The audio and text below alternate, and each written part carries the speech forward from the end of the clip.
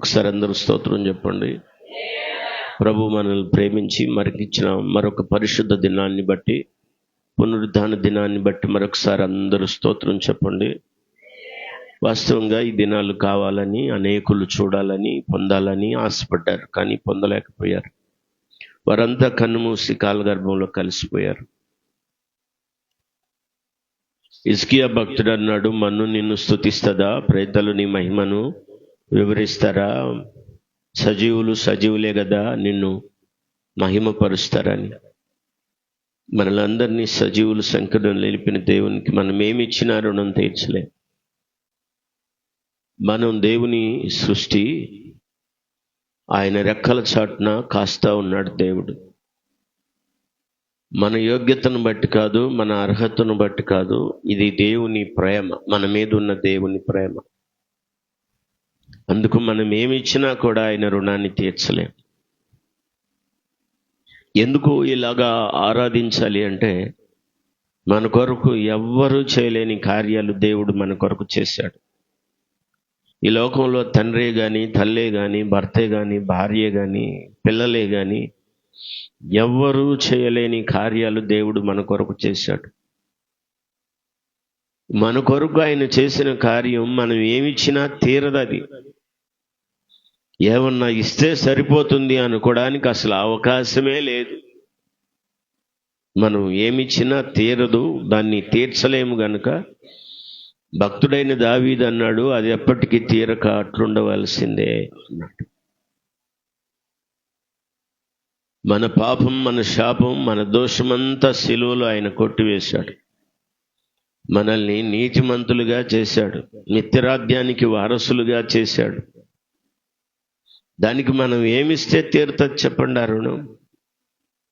మన నిమిత్తం ఆయన గాయపరచబడ్డాడు, మన నిమిత్తం ఆయన నలగొట్టబడ్డాడు, మన నిమిత్తం ఆయన తన ప్రాణాన్ని సైతం దారపోశాడు. అందువల్ల ప్రతిగా ఆయన చేసిన ఉపకారానికి ప్రతిగా మనం ఏమిచ్చినా ఆ రుణం తీరదంటాడు కీర్తనకారుడు. అందుకే 103లో అంటాడు, నా ప్రాణమా యెహోవాను సన్నతించు, నా అంతరంగములో ఉన్న సమస్తమా ఆయన పరిశుద్ధ నామాన్ని సన్నతించు.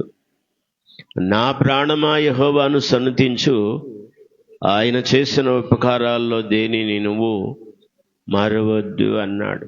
మరచిపోకుండా ఆరాధించడం మన గురుతర బాధ్యత. అది మనం దేవుని ఎదుట కలిగి ఉండాల్సిన కృతజ్ఞత బుద్ధి. అంతేగాని ప్రతి ఆదివారం ఎందుకు రావాలి, దేవుని సన్నిధిలో ఎందుకు నిలవాలి?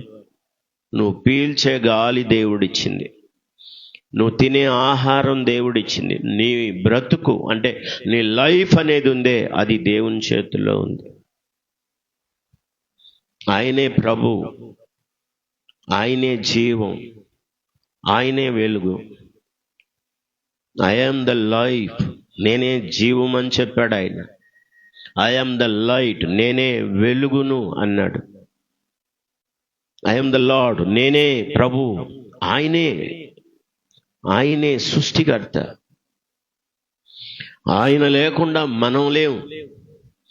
మనం ఉలికి కలిగి ఉన్నాము అంటే అది దేవుని కృప మాత్రమే. స్తోత్రం చెప్పండి.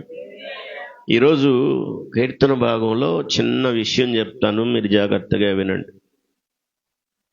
మనం చాలా అల్పులం, కానీ దేవుడు సృష్టి అంతట్లో గొప్పవాటి కంటే మిన్నగా మనల్ని ప్రేమించాడు.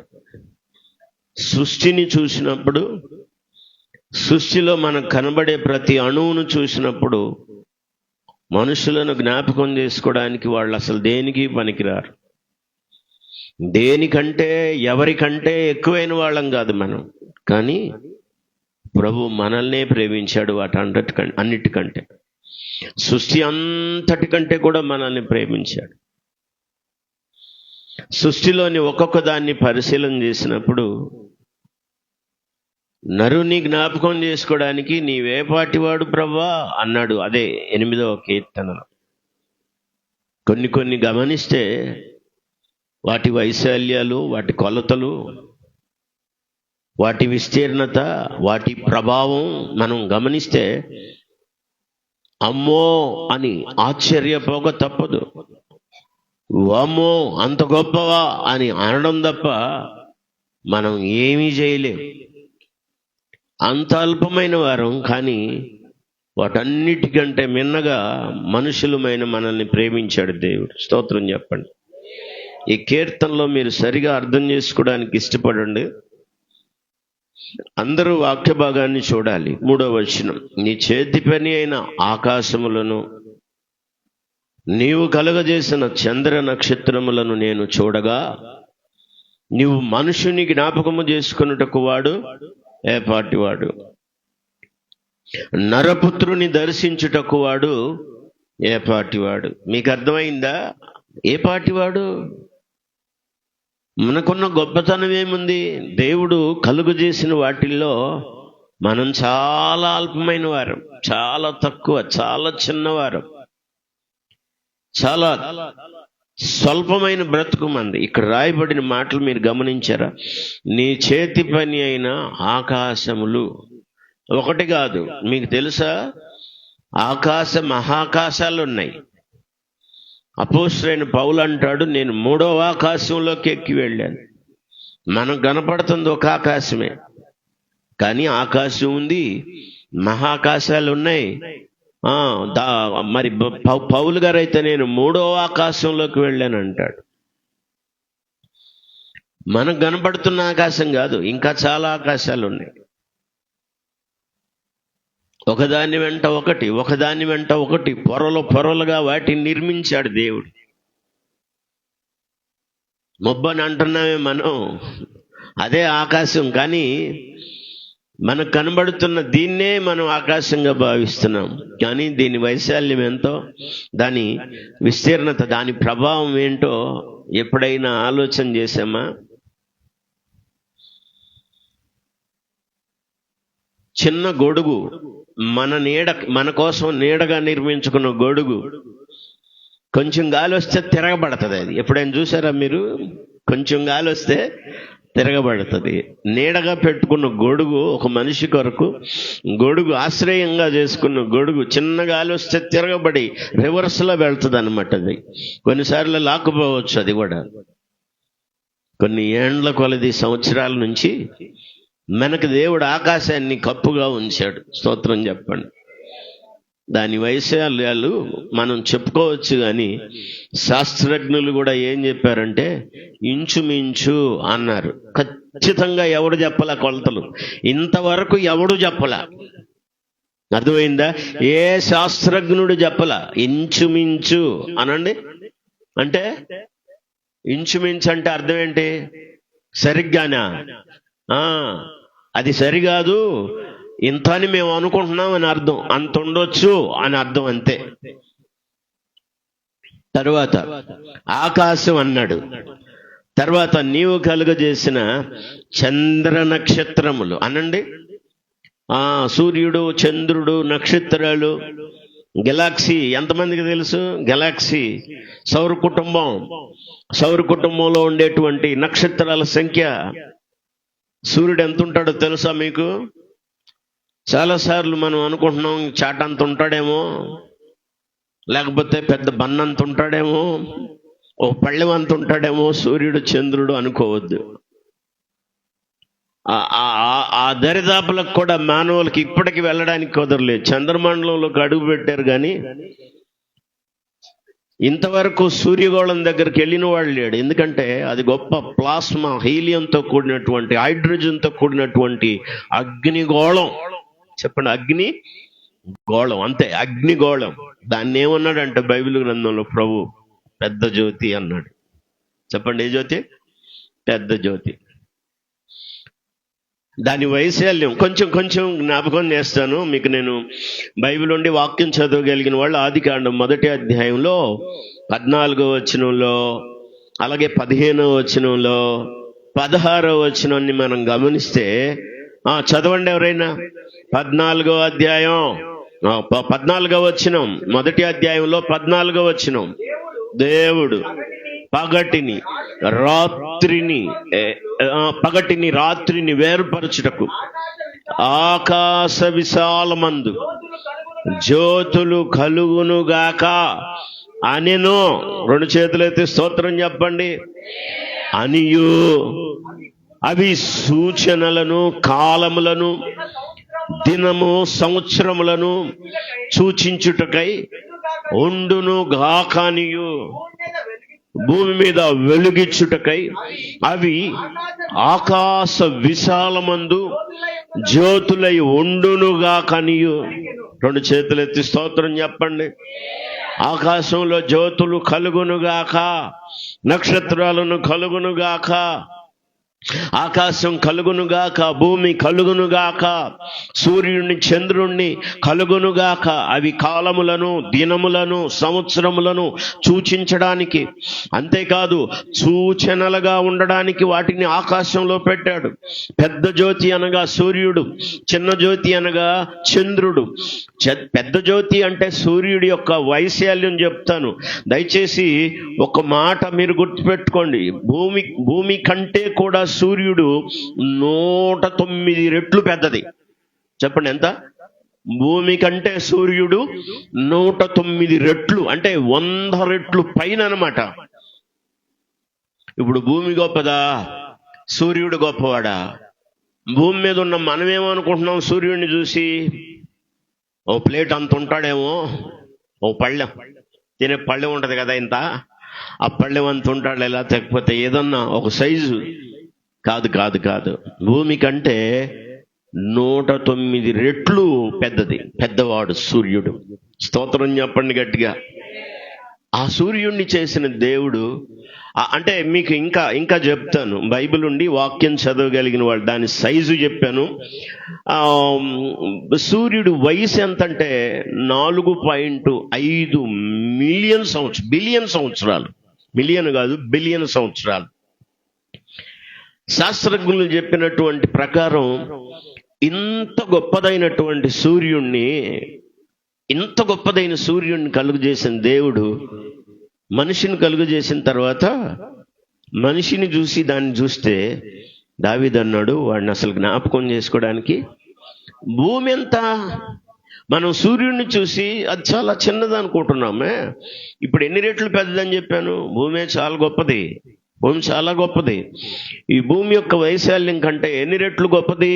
సూర్యుడు 109 రెట్లు గొప్పది. అంత పెద్ద సూర్యుడిని కలుగు చేసిన దేవుడు మానవుణ్ణి పక్కన పెట్టి, మానవుణ్ణి చూసి, సూర్యుడిని చూసి, చంద్రుడిని చూస్తే దావీదు అన్నాడు, వీడిని అసలు జ్ఞాపకం చేసుకోవడానికి వాడు ఏ పాటి వాడు. మనం అలాంటి వారమే. సూర్యుడిని చూసినా, చంద్రుడిని చూసినా, ఆకాశంలో నక్షత్రాలు చూసినా, దీనంతటికీ ఒక లెక్క ప్రకారం, నియమ ప్రకారం వేటిని ఎక్కడ ఎలా ఉంచాలో, ఎందుకు అవి ఉపయోగపడాలో అని ఆయన ఆకాశంలో వాటిని ఉంచాడు. పగటిని ఏలడానికి, రాత్రిని ఏలడానికి, పగటిని చీకటిని వేరు చేయడానికి, కాలములను, దినములను, సంవత్సరములను సూచించడానికి వాటిని దేవుడు ఆకాశంలో పెట్టాడు. మీకు తెలుసా, ఆ సూర్యుడు చంద్రుడు పెద్దవాళ్ళు అని అనుకుంటున్నావా? కానీ సూర్యుడు చంద్రుడు పెద్దవాళ్లే. కానీ నక్షత్రాలు మన కంటికి కనబడతా ఉంటాయి. ఎంత కనబడతాయి చెప్పండి? మినుకుమంట. స్టార్స్ అంటే మనకు కనబడే దృష్టిలో ఎంత ఉంటాయేమో, కానీ ఇవి కూడా చాలా పెద్దవి అన్నమాట. ఇంతవరకు ఎన్ని నక్షత్రాలు ఉన్నాయో, అందుకే కొన్నిసార్లు నక్షత్రాలు లెక్క పెడతా పిల్లలకు చెప్తారు, ఒరే ఈ నక్షత్రాలు లెక్క పెట్టొద్దురా, పులిపురులు వస్తాయి అని. చిన్నప్పుడు చెప్పారా? ఎప్పుడన్నా మీరు విన్నారా? పులిపురులు వస్తాయి అంట. ఎంత అజ్ఞానం అంటే, నక్షత్రాలు లెక్క పెట్టడం ఎవరికి కాదని చెప్పడానికి, లెక్క పెట్టలేవురా అని చెప్పడానికి కుదరక పులిపురులు వస్తాయి, గడ్డలు వస్తాయి, ఏదో వస్తాయి అని చెప్తారు. ఏమి రావు. స్తోత్రం చెప్పండి. నువ్వు లెక్క పెట్టలేవు. ఎందుకంటే వాటిని దేవుడు కలుగు చేసిన విధం ఎవరికీ తెలియదు. వాటి వైశాల్యం, వాటి ప్రభావం ఎవరికీ తెలియదు.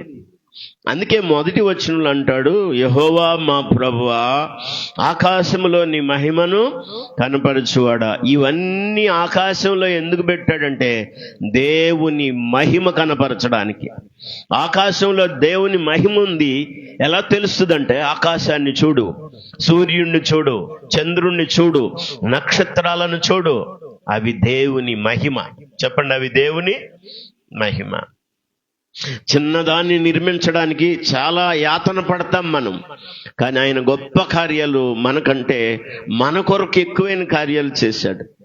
దావీదు అంటున్నాడు, ప్రభువా వాటిని చూసిన తర్వాత నన్ను జ్ఞాపకం చేసుకోవడానికి ఈ మనుషుడు అసలు ఏ పాటివాడు, ఏమాత్రం ఎన్నిక లేనివాడు, అయినా కూడా ఒక మాట అన్నాడు అక్కడ, వాణ్ణి దేవుని కంటే కొంచెం తక్కువ అనిగా చేశావు. స్తోత్రం చెప్పండి.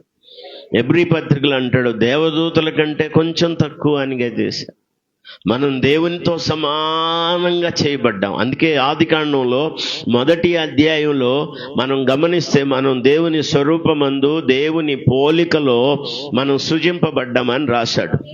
దేవుడు తన స్వరూపమందు నరుని సృజించను, దేవుని స్వరూపమందు వానిని సృజించను, స్త్రీగాను పురుషునిగాను వాని సృజించను, దేవుని స్వరూపమందు సృజించను, దేవుని పోలికగా సృజించను. స్తోత్రం చెప్పండి.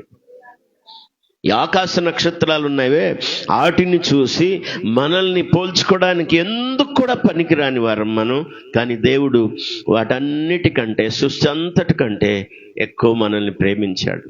ఆయన స్వరూపంలో మనల్ని చేసుకున్నాడు, ఆయన పోలికలో చేసుకున్నాడు, ఆయనలాగా చేసుకున్నాడు. నువ్వు నేను ఎలా ఉంటావని పత్రిక భాగంలో రాసావంటే, రాశాడంటే పౌలు గారు, మనం ఆయనను పోలి ఉంటాం. కానీ మనమేమో ఎద్దు మొహం దానివి, కుక్క మొహం దానివి, నువ్వేమో దున్నపోతు మొఖముడివి అని అందరికి రకరకాల పేర్లు పెడుతున్నాం మనం. చాలా పేర్లు, నీది ఏనుగు ముఖం, నీదేమో ఆ ముఖం ఈ ముఖం అని రకరకాల పేర్లు పెడుతున్నామ్మా. అమ్మా, బయట కూర్చున్న వాళ్ళు నిద్రపోతున్నారా? కొంతమంది కళ్ళు నాకు మూత కళ్ళు కనపడుతున్నాయి, మస్కు వచ్చిందిగా ఎక్కడ కనపడుతున్నాయి అనబాకండి. కళ్ళజోడు పెట్టుకున్నానుగా, స్తోత్రం చెప్పండి గట్టిగా. కొద్దిగా కనపడుతుంది, అవకాశం కొద్ది నిద్రపోవద్దు. ఆకాశంలో దేవుని మహిమ ఉంది. తర్వాత రెండవది, భూమి అంతటా ఆయన నామ ప్రభావం అనండి. భూమి అంతటా ఆయన నామ ప్రభావం అనండి. భూమి అంతటా ఆయన నామ ప్రభావం, ఆయన నామం యొక్క ప్రభావం. ప్రభావం అంటే ఏంటో తెలిస్తే ఆయన నామం ఏంటో మీకు అర్థమవుతుంది. ఆయన నామం ప్రభావం కలిగిందంట. ఎంత ప్రభావం? అసలు ప్రభావం అంటే ఏంటి? ఇరానుకును యెరూషలేంకి, ఇరాన్కి ఇజ్రాయెల్కి యుద్ధం జరుగుతుంది. అక్కడ యుద్ధం జరుగుతుంది. మనం అక్కడి నుంచి ఇక్కడికి దాదాపుగా 50,000 కిలోమీటర్ల దూరంలో ఉన్నాం. ఎంత దూరంలో చెప్పాలి? 50,000 కిలోమీటర్ల దూరంలో ఉన్నాం. అంచుమించు, అది కూడా కరెక్ట్గా చెప్పట్లేదు, అంత దూరంలో ఉన్నాం. ఇంత దూరంలో ఉన్న మనకి ఆ ఎఫెక్ట్, అదే దాని ప్రభావం, యుద్ధ ప్రభావం ఎలా తెలుస్తుందంటే, గ్యాస్ కొరత, పెట్రోల్ కొరత, డీజిల్ కొరత. లేదు అని చెప్పట్లేదు, ఎవడైనా లేదు అని చెప్తారే బుద్ధి ఉందా? యుద్ధం జరుగుతుంది నీకు తెలియట్లేదా అని పార్టీల తరఫున మాట్లాడుతున్నావా అంటున్నారు. ఎందుకు ఇంతవరకు కొరతలు ఏర్పడుతున్నాయి అంటే యుద్ధ ప్రభావం అనండి. ప్రభావం. అసలు యుద్ధం ఎక్కడా? ఇండియా ఎక్కడా చెప్పాలి? యుద్ధం ఎక్కడా? ఇరాన్కును ఇజ్రాయెల్కి యుద్ధం జరుగుతుంది. దాని ప్రభావం వలన గ్యాస్ రావట్లేదు మనకి అని గవర్నమెంట్ చెబుతుంది, నాకు తెలీదు. సోదరం చెప్పండి గట్టిగా. ఎందుకు? ఇదివరకు నెల కాకముందే 20 రోజులు అయిన తర్వాత బుక్ చేయగానే వెంటనే మీ రిఫరెన్స్ నెంబరు 1 నిమిషంలో వస్తుంది, నిర్ధారణ అయింది, ఇండియాని ఎంచుకున్నందుకు మీకు కృతజ్ఞతలు అని చెప్పేది అది. కానీ ఇప్పుడు అలా చెప్పట్లేదు. మమ్మల్ని మన్నించండి, మీ అభ్యర్థనను మేము స్వీకరించలేకపోతున్నామని చెబుతుంది. ఏమంటుంది? మీ అభ్యర్థనను మేము స్వీకరించలేకపోతున్నాం, నెల తర్వాత మళ్ళా ప్రయత్నం చేయండి. అవ్వచ్చు, కాకపోవచ్చు. ఇంతకీ ఏంటా ప్రభావం అంటే, అక్కడ యుద్ధం జరుగుతుంది, ఇక్కడ ప్రభావం.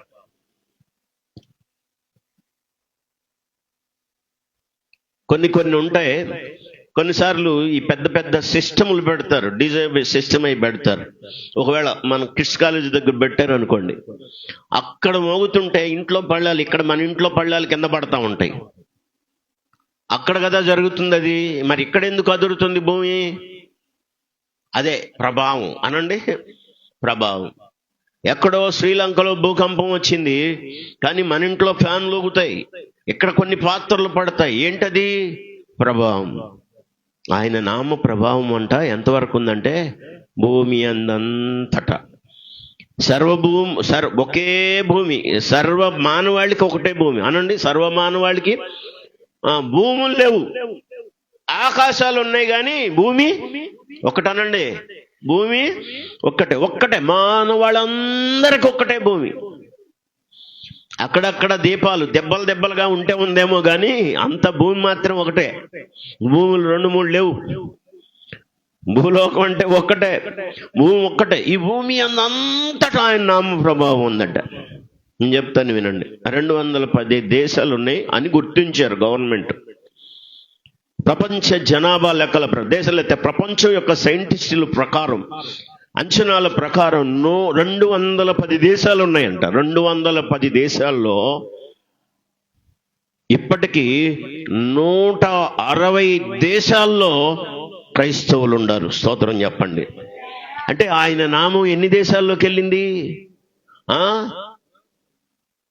ఒకవేళ ఈ మత ఛాందస్సువాదులందరూ బయలుదేరి రాష్ట్రంలో బిగించగలరేమో కానీ, మన దేశంలో బిగించగలరేమో కానీ, ప్రపంచంలో దేవుణ్ణి ఆరాధించేటువంటి ఆయన ఆరాధనను ఆపడం ఈ లోకంలో ఎవ్వడి తరం కాదు. చప్పట్లు కొట్టి అందరూ స్తోత్రం చెప్పండి గట్టిగా, హల్లెలూయా.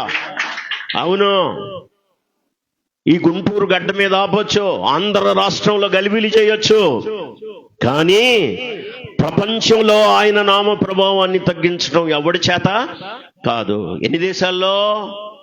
160 దేశాల్లో ఇప్పటికీ క్రైస్తవులు ఉన్నారు, క్రీస్తును ఆరాధించే వాళ్ళు ఉన్నారు. అందుకే వీళ్ళు భయపడుతున్నారన్నమాట చాలా మంది. ఎందుకు? ఆయన నామం బయటికి రాకూడదని, ఆయన నామాన్ని బట్టి విశ్వసించకూడదని.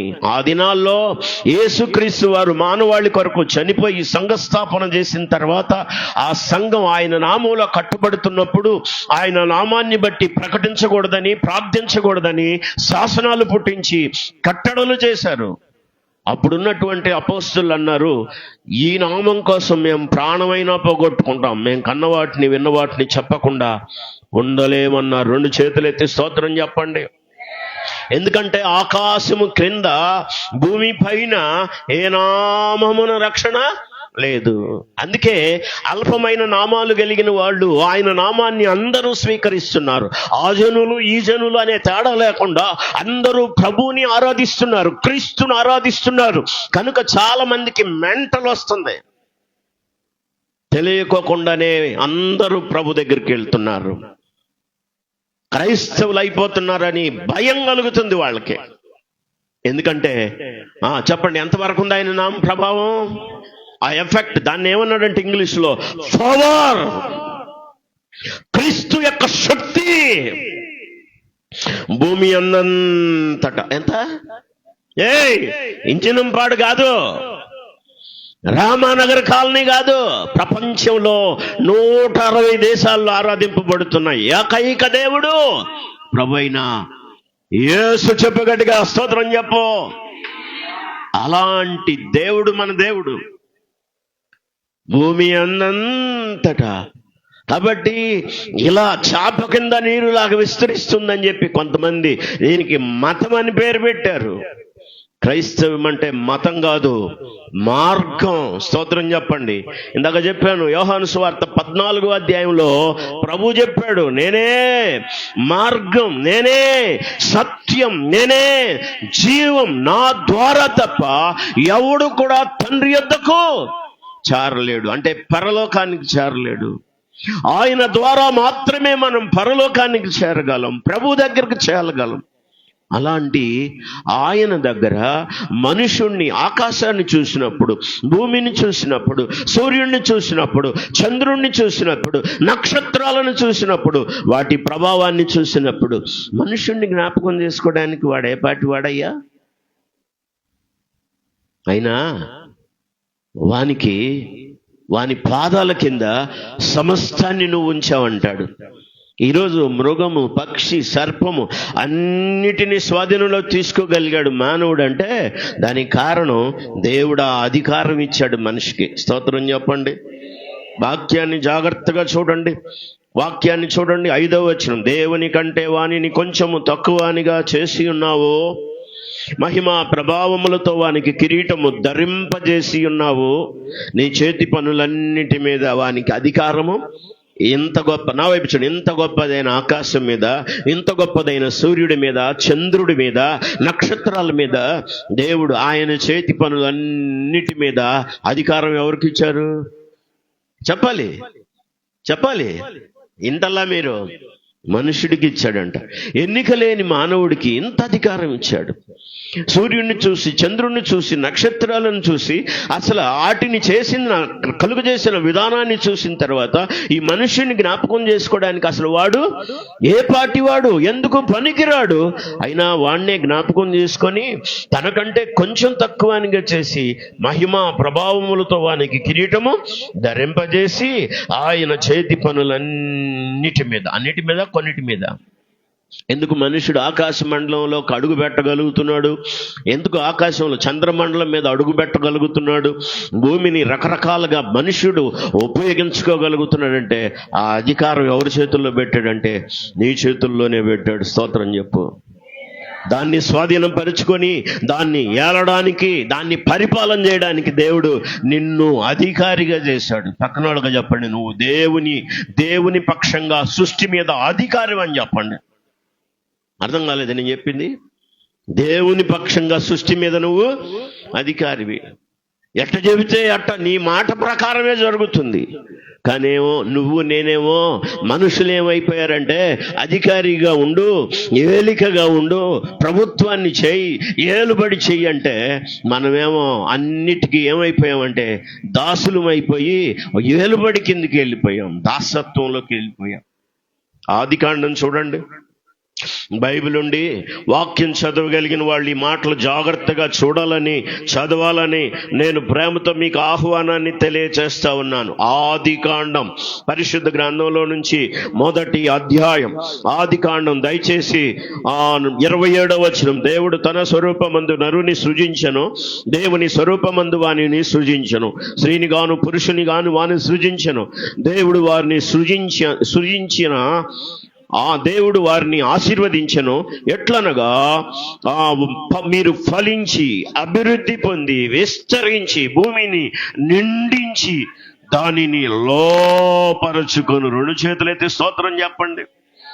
26లో అంటాడు కదా, దేవుడు మన స్వరూపమందు మనుషుని మన పోలిక చొప్పున నరులను చేయుదము, వారు సముద్రపు చేపలను, ఆకాశ పక్షులను, పశువులను, సమస్త భూమి మీద ప్రాకు జంతువును, ప్రతి జంతువును ఏలుదురుగా కాని పలికను. అందరు పక్కన వాళ్ళకి చెప్పండి, నిన్ను ఏలుబడి చేయటానికి అధికారిగా చేశాడని చెప్పండి. మనమేమో అన్నిటికీ ఏమైపోయామంటే బానిసలం అయిపోయాం.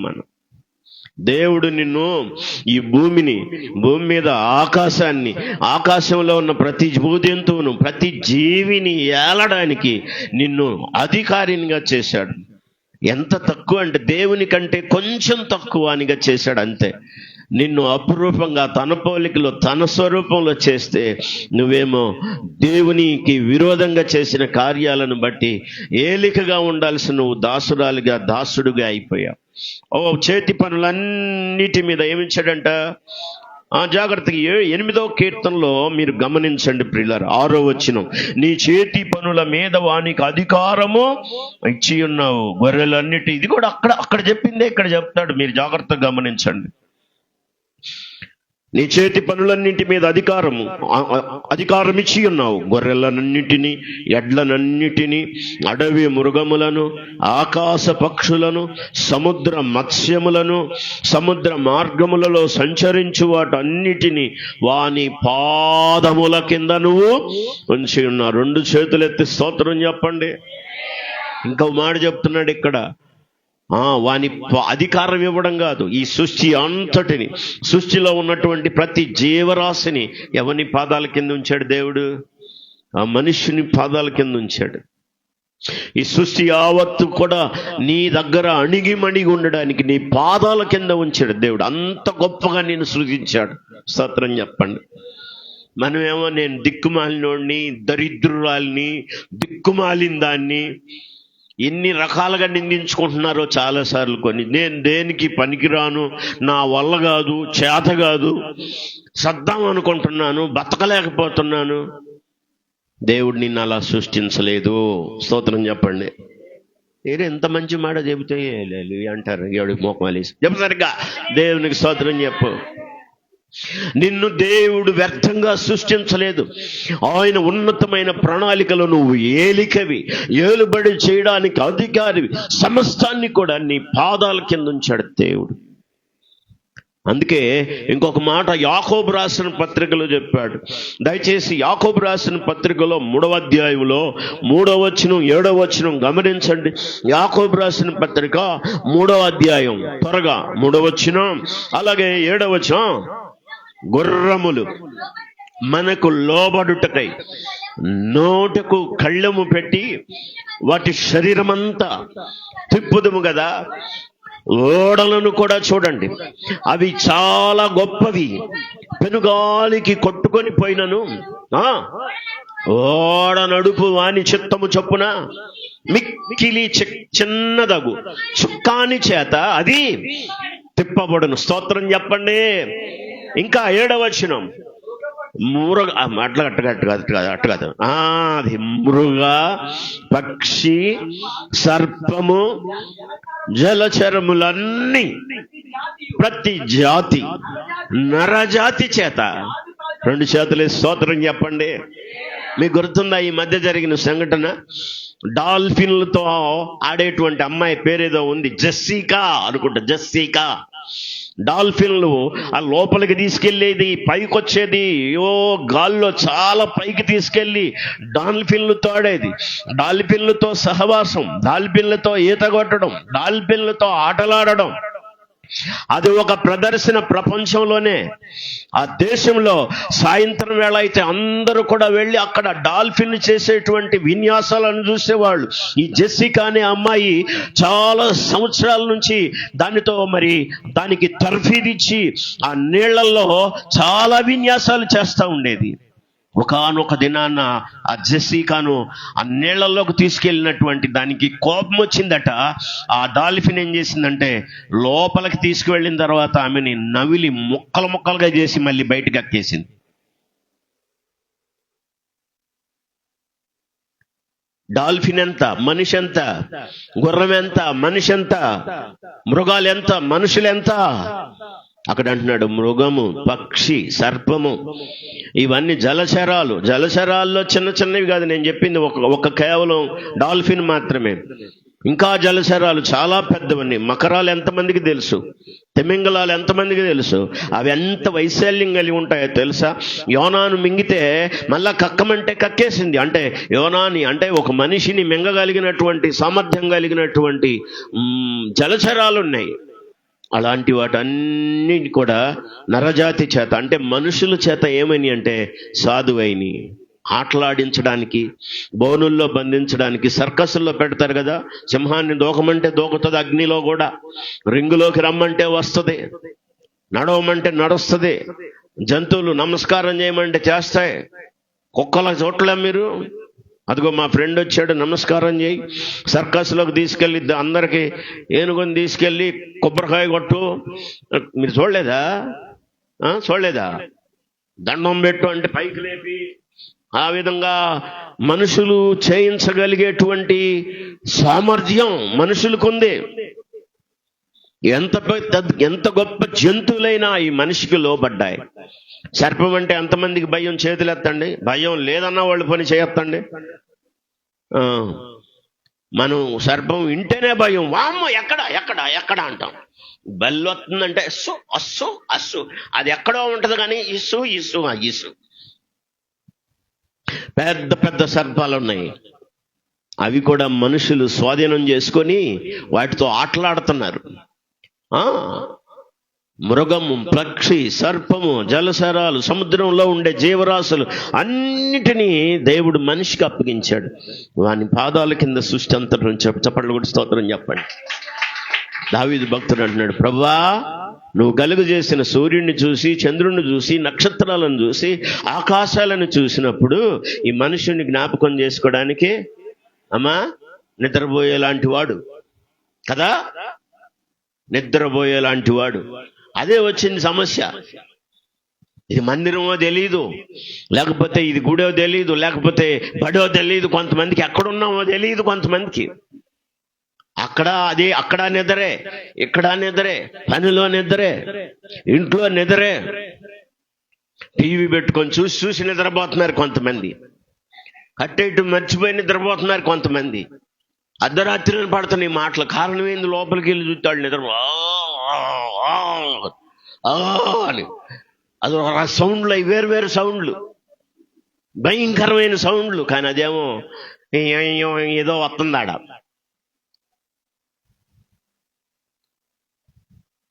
మనుషులు బానిసలైపోయారు, మనుషులు దాస్యులైపోయారు. ఎంత భయంకరమైన కారణంలోకి ఎందుకు దిగిపోయారా అంటే మనుషులు చేస్తున్నటువంటి విస్తృతమైన పాపచర్యలు మనుషుని అంత బలహీనపరిచాయి. నీకున్నంత అధికారం భూమి మీద ఇంకెవరికి లేదు. ఏ జంతువుకు లేదు, ఏ సర్పానికి, ఏ మృగానికి, ఏ పక్షికి లేదు. వాటి మీద నిన్ను దేవుడు ఎలా చేశాడంటే ఏలుదురుగాక అన్నాడు. అనండి ఆమెనండి. ఏమన్నాడు? ఏలుబడి చేయాలి. అందుకే దేవుడు మనుషులను సృష్టించాడు. ఆకాశం ఎంత? ఆకాశాన్ని నువ్వేలడం ఏంటి? సూర్యుడెంత? సూర్యుడిని నువ్వేలటం ఏంటి? చంద్రుడి వైశాల్యం ఎంత? నువ్వేలడం ఏంటి? సముద్ర జీవరాశులు ఎంత? సముద్రాలు ఎంత? నువ్వేలడం ఏంటి? అంటే ఇంత చిన్న మానవుడికి అంత గొప్ప అధికారం దేవుడిచ్చాడు. సమస్తము వాని పాదముల కింద ఉంచి ఉన్నాడు. దేవునికి అందరూ స్తోత్రం చెప్పండి. మొదటి 2 వచనాలు గుర్తుపెట్టుకోండి. ఆకాశంలో దేవుని మహిమ ఉంది. సూర్యుడు, చంద్రుడు, నక్షత్రాలు అవి దేవుని మహిమ. ఎలా ఉన్నాయో, ఎలా ఉంచాడో వర్ణించడం ఎవడికి తరం కాదు. అందుకే ఏ శాస్త్రజ్ఞులు సుమారుగా అని చెప్పడమే కానీ ఇలా ఉన్నాయి అని చెప్పడానికి ఎవడికి అధికారం లేదు. ఉన్నాయి అంటే ఎక్కడి నుంచి ఉన్నాయి, ఎలా ఉన్నాయి, దానికి ఆన్సర్ చెప్పరు. స్వభావ సిద్ధంగా ఏది రాలేదు. దేవుడి కలుగునుగాక అంటే అందరు చెప్పండి. మనం చదువుతాం, ఇందాక చదివారు, కలుగునుగాక అన్నాడు ఆయన. స్తోత్రం చెప్పండి గట్టిగా. కీర్తన గ్రంథం 136 కీర్తన 7వ వచనం చూడండి. ఆయనే కలుగు చేశాడు. కీర్తన 136 7వ వచనం. కీర్తన 130 జ్ఞానము చేత ఆయన ఆకాశమును కలుగజేసెను, ఆయన కృప నిరంతరముండును, ఆయన భూమిని నీళ్ల మీద పరిచిన వాడు, ఆయన కృప నిరంతరముండును. చప్పట్లు కొట్టి స్తోత్రం చెప్పండి. కలుగునుగాక అంటే మాట యొక్క మహత్తు చేత కలిగిన. ఎబ్రీ పత్రికలు అంటాడు, ప్రపంచాలను నిర్మించింది ఆయన మాట. అందరు నా వైపు చూడండి. ఆయన నామం మాత్రమే కాదు, ఆయన వాక్యం ప్రభావమైంది. చెప్పండి, ఆయన వాక్యం, ఆయన నామ ప్రభావం, ఆయన వాక్యం ప్రభావం, ఆయన ఉమ్మి ప్రభావం, ఆయన స్వరం అంటే ఆయన మాట ప్రభావం, ఆయన స్పర్శ ప్రభావం. హల్లెలూయా. వస్త్రపు చెంగు ముడితే చాలు 12 సంవత్సరాల రక్తస్రావం కలిగిన రోగం అక్కడే కట్టింది. ఇన్ని సంవత్సరాలు కుదుట పడని రోగం, డబ్బులు పోగొట్టుకొని ఎంతో మంది వైద్యుల దగ్గర మరి తిరిగి నష్టపోయినటువంటి రోగం, మరింత సంకటపడిన రోగం. ఒక మాట ఆయన వస్త్రపు చెంగు ముడితే చాలు బాగుపడతాననుకుంది. ఎవరికి తెలియకుండా జనంలో బడి వెళ్ళి ఆయన వస్త్రం ముట్టుకుంది. ప్రభు వెనక్కి తిరిగాడు. పేతురు అంటున్నాడు, ఎవరు నన్ను ముట్టారంటే ప్రభు. పేతురు అంటున్నాడు, ఇంతమంది తండోపతండాలుగా వెనకాల వస్తున్నారు ప్రభా, ఎవరు ముట్టారంటున్నావు? నీకు అది న్యాయమేనా? ఎవరు తగలకుండా ఉంటారు ఇంతమందిలో? ప్రభు అంటున్నాడు, లేదు, నాలో నుంచి ఆయన వస్త్రంలో ప్రభావం ఇంకోటి. చప్పట్లు కూడా స్తోత్రం చెప్పగట్టుగా. దావీదు కుమారుడా, నన్ను బాగు చేయి. ఏం కావాలి నీకు? గుడ్డివాడినయ్యా, చూపు కావాలి. ప్రభు ఇట్రా అన్నాడు, దగ్గరకు పిలిచాడు. నేల మీద ఉమ్మి వేసి, ఉమ్మితో బురద వేసి వాడి కన్నుల మీద రాసి సిలోయమని కోనేటికి వెళ్ళి కడుక్కో అన్నాడు. సిలోయం అనే కొన్నిటికి వెళ్ళి కడుక్కో. అక్కడికి వెళ్ళి వాడు కడుక్కోగానే వాడి కళ్ళు బాగైనాయి, వాడి కళ్ళు తెరవబడ్డాయి. ఆయన ఉమ్మిలో ప్రభావం అనండి, ఆయన ఉమ్మిలో ప్రభావం. కుష్ఠవ్యాధి కలిగిన వాడు ప్రభు దగ్గరికి వచ్చాడు. చేతులు చాపి, ప్రభువా నీకు ఇష్టమేనా, నన్ను శుద్ధినిగా చేయగలవు. ఎందుకంటే కుష్ఠవ్యాధిగ్రస్తుని ఎవడు దగ్గరికి రానివాడు. కానీ నాకిష్టమే శుద్ధుడు కమ్మని వాని చెయ్యి ముట్టగానే ఆయన స్పర్శ ప్రభావం. హల్లెలూయా. ఆయన వస్త్రంలో ప్రభావం ఉంది, ఆయన మాటలో ప్రభావం ఉంది. కుమార్తె చనిపోయిందని అధికారి దేవుని దగ్గరికి వెళ్ళాడు, కాదు బాగు చేయమని అడిగాడు. పనివాళ్ళు వచ్చి వెనకాలన్నాడు, నీ కుమార్తె చనిపోయింది, బోధకుణ్ణి శ్రమ పెట్టద్దు, నువ్వు వచ్చేసాయి, కార్యక్రమాలు చేసుకుందాం, పాడగడదాం, సమాధి చేయాలా అన్నారు. ప్రభు అన్నాడు, ధైర్యంగా ఉండు, ధైర్యంగా ఉండు, నీ విశ్వాసం నీ కుమార్తెను బాగు చేస్తుంది. ప్రభువా నువ్వు రావాలి అనుకున్నాను, కానీ నువ్వు రాక్కర్లేదు, నువ్వు రావడానికి నేను అర్హుణ్ణి కాదు, మాట సెలవి అన్నాడు. అనండి, మాట సెలవి. ఆయన విశ్వాసాన్ని చూసి ప్రభు అన్నాడు, ఇంత విశ్వాసం ఇశ్రాయేలులో ఎవడికి నేను చూడలేదు. 2 చేతులేసి స్తోత్రం చెప్పండి. నువ్వు అనుకున్నట్టే నీకు అవుతుంది, వెళ్ళన్నాడు. వచ్చి చూస్తే చచ్చిపోయాడు అనుకున్నవాడు బతికి కూర్చున్నాడు. స్తోత్రం చెప్పండి. ఆయన మాటలో ప్రభావం. చెప్పండి, ఆయన మాటలో ప్రభావం. రాత్రంతా ప్రయాసపడ్డారు, రాత్రంతయు శ్రమ పడినా రాలేదు ప్రభో జయమో, రహదారులు వెదకినను రాదాయను ప్రతిఫలము. రమణీ రక్షించు నీ సిలువా, లోతులలో రతనాలను వెదకుటలో, రాజిల్లు నా పడవ రతనాలను వెదకుటలో, రాజిల్లు నా పడవ నడిపించు నా నావా. 2 చేతులెత్తి స్తోత్రం చెప్పండి గట్టిగా. హల్లెలూయా. అందరూ స్తోత్రం చెప్పండి. నా జీవిత తీరమునా, నా అపజయ భారమునా, నలిగిన నా హృదయమును నడిపించుము లోతునకు.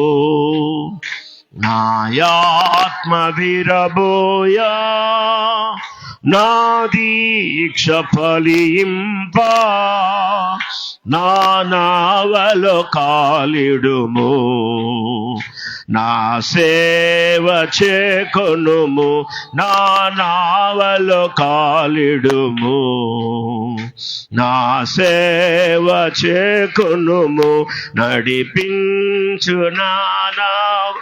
దాంట్లో ఒక వచనం ఏంటంటే, రాత్రంతయు శ్రమ పడినా రాలేదు ప్రభో జయము, రహదారులు వెదకినను రాదాయను ప్రతిఫలము. రక్షించు నీ సిలువా, రమణీయ లోతులలో రతనాలను వెదకుటలో, రాజిల్లు నా పడవా నడిపించు నా నావా. తెల్లవారుతుంది, రాత్రంతా ప్రయాసపడ్డారు, ఒక్క చేప దొరకల. తెల్లవారుతున్నప్పుడు ఆయన వచ్చాడు.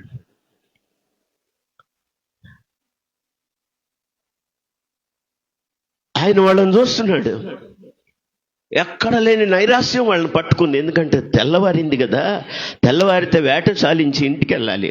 ఇంటికి వెళ్తే భార్య ఎదురొస్తుంది, పిల్లలు ఎదురొస్తారు, నాన్న ఏం పట్టుకొచ్చాడో అని వెతుకుతారు వాళ్ళు సంచులు. కానీ ఇప్పుడు పట్టుకెళ్తానికి తన దగ్గరేమీ లేదు. రాత్రంతా శ్రమ పడ్డాం కానీ ఒక్క చేప దొరకలేదు వేటలో.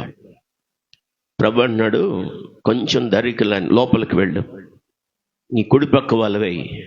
అప్పుడు పేతురు అంటాడు, రాత్రంతా ప్రయాసపడ్డాం, ఒక్క చేప కూడా మాకు దొరకలేదు.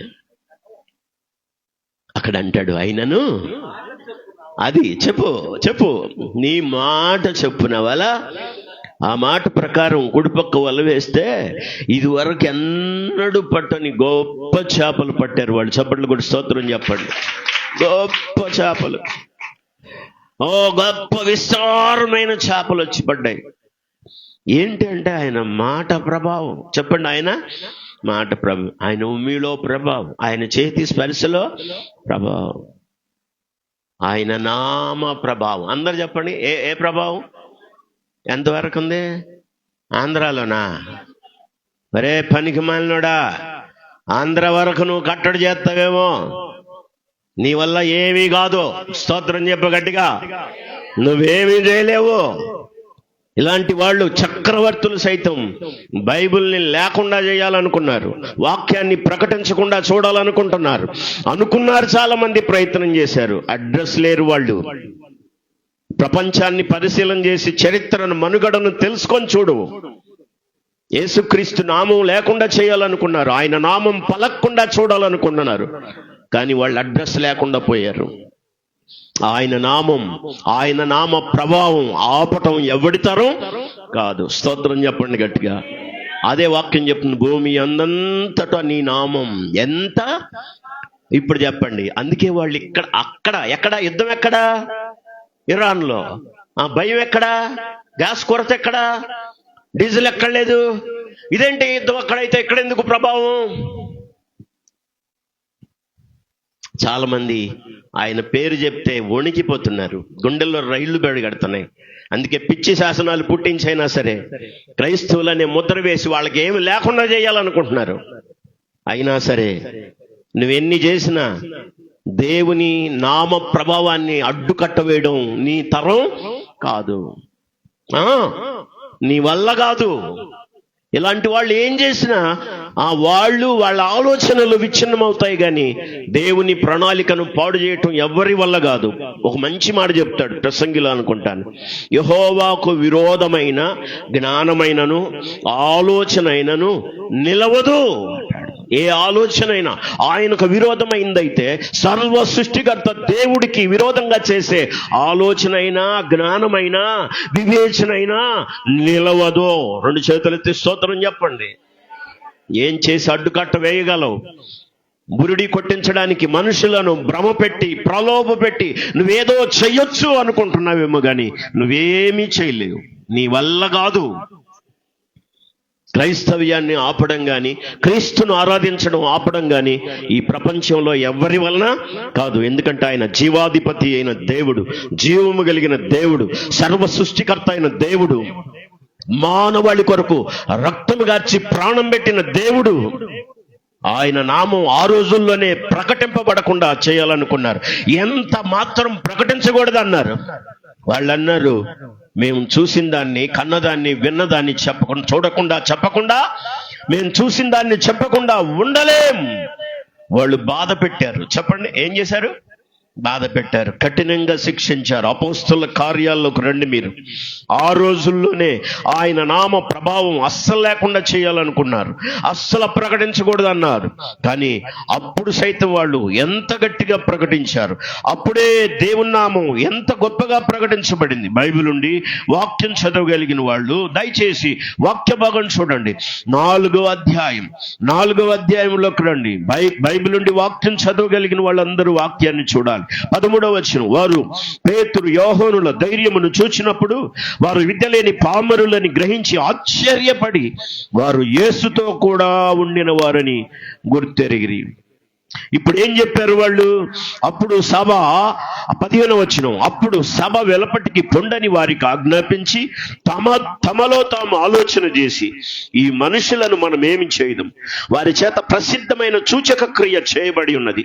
యెరూషలేములో కాపురమున్న వారందరికీ అది స్పష్టమే, అది జరగలేదని చెప్పజాలం. దేవుడు చేసే కార్యాలను ఆపివేయడం, కప్పి పెట్టడం ఎవరి వలన కాదు, జరగలేదని చెప్పడానికి వీళ్ళు ఏమాత్రం అవకాశం లేక మనం కాదని చెప్పజాలం. ఇప్పుడు ఏం చేద్దాం? అందరిని బయటకు పంపించి సభ చేశారంట. ఒక సభ, ఆ రోజుల్లో ఉండే సన్హెడ్రిన్ సభ, ఆ సభ కలిసి ఆలోచన చేశారు, ఏం చేద్దాం మరి? ఏం చేద్దాం? 17వ వచనం, అయినను ఇది ప్రజలలో వ్యాపింపక ఉండునట్లు ఇక మీదట ఈ నామమును బట్టి ఏ మనుషులతోనైనాను మాట్లాడకూడదని మనము వారిని బెదురు పెట్టవలనని చెప్పండి. దేన్ని బట్టి? ఈ నామమును బట్టి ఎవరితో మాట్లాడకూడదు, ప్రకటించకూడదు, చెప్పకూడదు. నా దేవుడే గొప్ప దేవుడు అంటే నీకేంది బాధ? నీ దేవుడు గురించి నువ్వు చెప్పుకో. నా దేవుడు గొప్ప, నేను చెప్తాను. నా తల్లి గొప్పదంటే గొప్పదని చెప్పవా నువ్వు? దరిద్రురాలిని కూడా నా తల్లి మమ్మ మమ్మ మమ్మ మమ్మ, అంత దరిద్రపుది ఉండదు. కానీ మమ్మ మమ్మ మమ్మ స్తోత్రం చెప్పండి. నీ తల్లి నీకు గొప్ప కాబట్టి గొప్ప చెప్తాను. నీ దేవుడు నీకు గొప్ప అయితే గొప్ప అని చెప్పవా? స్తోత్రం చెప్పు గట్టిగా. నీ గొప్ప ఉంటే నువ్వు చెప్పుకో, కానీ నన్ను గొప్ప కాదని చెప్పడానికి నువ్వెవడవి? హల్లెలూయా. అవును, నీ గొప్ప నువ్వు చెప్పుకో నీకుంటే. మేము తిరస్కరించాం కదా, మేము ఎవరిని ఎదుటి వారిని అవమానపరిచాం, ఎవరిని దూషించాం, ద్వేషించాం, అందరినీ ప్రేమిస్తాం. ఆమేనండి. అంతేనా కదా? అందరినీ ఎవరిని పన్నెత్తి మాట అనం మేము. హల్లెలూయా. నువ్వు అది కాదు, నువ్వు ఇది కాదు, మనం పన్నెత్తి మాట అనం. మనదేందో మనం చెప్పుకుంటాం. హల్లెలూయా. నా దేవుడు గొప్ప దేవుడు. నా దేవుడు సృష్టికర్త అయిన దేవుడు, సర్వజీవుల సృష్టికర్త ఆయన, సృష్టి నిర్మాణకుడు ఆయన, నన్ను ఏలికగా చేసిన వాడు ఆయన. ఆయన నామ ప్రభావాన్ని కట్టడి చేయడానికి సభంతా ఆలోచన చేసి ఇక మీదట ఇది ప్రజలలో వ్యాపింపకుండుటకై ఇక మీదట ఈ నామమును బట్టి ఏ మనుషులతోనైనను మాట్లాడకూడదని వారిని బెదిరిపెట్టి పెట్టవలనని చెప్పుకొని 18, అప్పుడు వారిని పిలిపించి మీరు యేసు నామమును బట్టి ఎంత మాత్రము మాట్లాడకూడదు, బోధింపకూడదని వారికి అనండి. ఏం చేయకూడదంట? ఏమైందిరా బాబు, నీకేమైంది? యేసు నామాన్ని బట్టి ఏం చేయకూడదంట? బైబిల్ చూడమ్మా. బోధించకూడదు, ప్రకటించ. నీకేమైందిరా? నీకేమైంది? ప్రకటిస్తే నీకేమైంది? బోధిస్తే నీకేమైంది? నీకు తెలిసింది నువ్వు చెప్పుకో. చేతవునా? నువ్వు ప్రకటించు. నా దేవుని నామ ప్రభావాన్ని తగ్గించడం నీ వలన కాదు. ఆయన సృష్టికర్త అయిన దేవుడు, రక్షణకర్త అయిన దేవుడు, ఆదరణకర్త అయిన దేవుడు. హల్లెలూయా. స్తోత్రం చెప్పు గట్టిగా. వాక్య భాగాన్ని మీరు జాగ్రత్తగా గమనిస్తే వారు ఈ నామాన్ని బట్టి ఎంత మాత్రం మాట్లాడకూడదు, బోధింపకూడదని ఆజ్ఞాపించిరి. 19వ వచనంలోకి రండి. అందుకు పేతురు యోహాను వారిని చూచి, దేవుని మాట వినుట కంటే మీ మాట వినుట దేవుని దృష్టికి న్యాయమా? మీరే చెప్పండి. 20వ వచనం, మేము కన్న వాటిని విన్న వాటిని చెప్పకుండా ఉండలేమని వారికి ఉత్తరం ఇచ్చబడ్డ.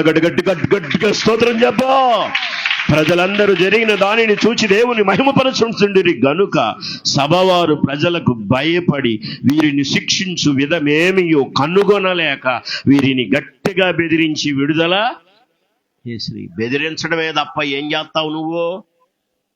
పక్కన వాళ్ళకి చెప్పండి, బెదిరించడమే తప్ప ఏమి చేయలేదు. బెదిరిస్తావు నువ్వు. వీళ్ళు ప్రాణం పోయినా వెనకాడలేదు. హల్లెలూయా. నా ప్రభువు నా కోసం ప్రాణం పెట్టాడు. పౌలు గారు అన్నాడు కదా, నేను బ్రతికితే క్రీస్తు కొరకు బ్రతుకుతా, చావైతే నాకు లాభం. దేవుని ఎరిగిన బిడ్డలను బెదిరించి ఆయన నామం వ్యాపింపజేయకుండా ఉండాలి అని చూడడం నీ అవివేకం. అది నీ వల్ల కాదు. ఆయన నామం, ఆయన నామ ప్రభావం ఎంతవరకు ఉంది అనాలి. ఎంతవరకు? భూమి ఎంతవరకు అంటే భూమి ఎంతవరకు? 160 దేశాల్లో, మిగతా దేశాలన్నింటిని విస్తరించుదుము గాక, దేవుడి స్వాధీనంలోకి వాటిని తెచ్చుకొనును గాక.